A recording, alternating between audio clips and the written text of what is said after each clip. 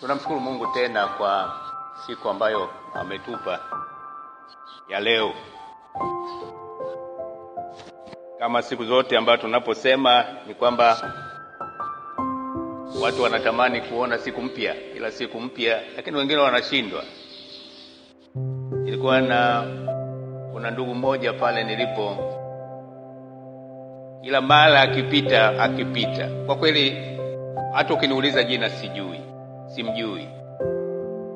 Lakini kwa uadilifu wake kila wakati akipita, iwe asubuhi anapotoka nyumbani kwenda kazini au anaporudi hata ikiwa jioni, akiniona niko pale anasimama na kunisalimu kwa upole sana, tena kwa kicho.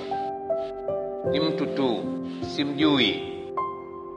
Na mimi nafurahi kwa sababu ananisalimu, tunasalimiana, hata majina tuulizane. Sina uhakika kama anajua hata jina langu. Jana asubuhi anatoka kwake, alimkuta mzee mmoja anachota maji kwenye kisima. Akamwangalia, akaona kwamba huyu ni mzee, akamwambia, mzee, naomba tu nichukue ndoo yako hii ya maji niipeleke pale juu ili kwamba wewe uweze kwenda huko, kwa sababu najua kwamba uweze kupandisha hapa. Akamwambia, nakushukuru sana. Akampa. Hakujua kama ndio mwisho wa safari yake. Hakujua. Yaani inatukumbusha mambo mengi. Hakuna mwanadamu anayejua mwisho wake hata kwa dakika chache pale unapotoka mlangoni.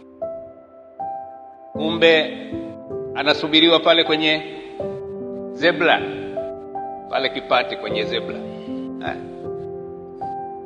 Inasemekana kwamba alipofika pale gari la polisi tunatoka pale na nini likamgonga. Huwezi kuamini. Akafa. Kijana mmoja ananiambia, mzee Digo, unamjua yule rafiki yako anayekusalimu sana hapa? Sasa lakini ni wengi, ila mmoja namkumbuka. Sasa simjui jina. Anasema yule ambaye jana alipita hapa msalimiana alafu alichukua ndoo ya mzee fulani. Nikamwambia ndio. Anasema amekufa. Na wanazika leo kama sikosei. Kama Mungu atanijalia nitafika, sababu yuko kule juu mlimani. Maisha yetu ndugu zangu, nataka niwaambieni ni kwamba hayo ndio yanayotukumbusha kwamba tuko kwenye safari. Nyumbani kwetu sio hapa. Nyumbani kwetu mbinguni, aliko Bwana, alikotuandalia mji.